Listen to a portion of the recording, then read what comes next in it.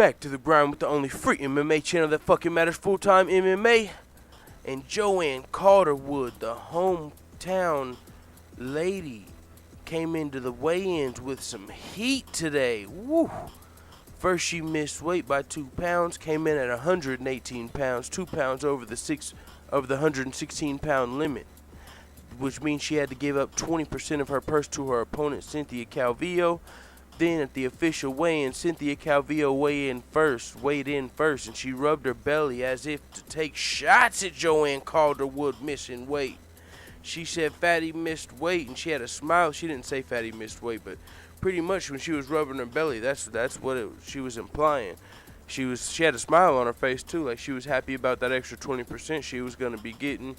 But Joanne Calderwood didn't take too nicely to that as she came out, weighed in, and they announced her overweight. I mean, not overweight as in overweight, but overweight as in over the 116-pound limit, 2 pounds over that weight.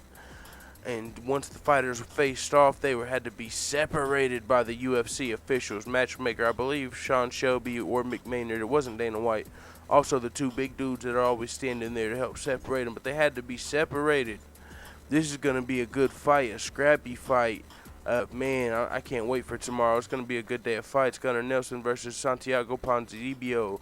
Cynthia Calvillo versus Joanne Calderwood. This actually made me more excited for this fight, even though I'm already excited.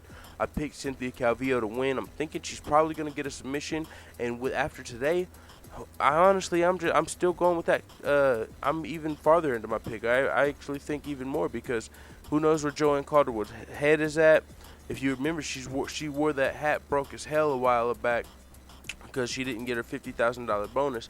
So you can tell she's not one of the fighters, that's financially set. So the fact that she has to give up 20% of her check could affect her mentally.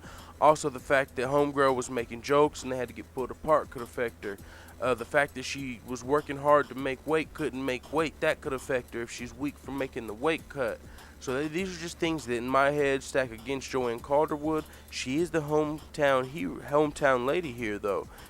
She has home court advantage, but will that be enough to get past Cynthia Calvillo, deemed by Dana White that has Conor McGregor, Ronda Rousey potential? 2 fights in the UFC, 2 submissions, Cynthia Calvillo. Will this be her 3rd submission?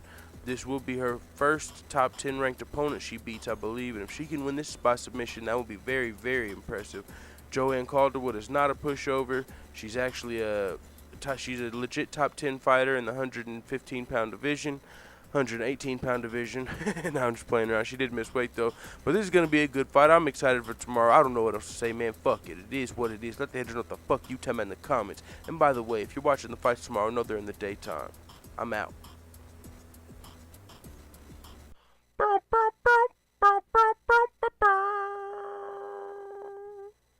What did the Alabama sheriff call the black man who had been shot 15 times? The worst case of suicide he'd ever seen.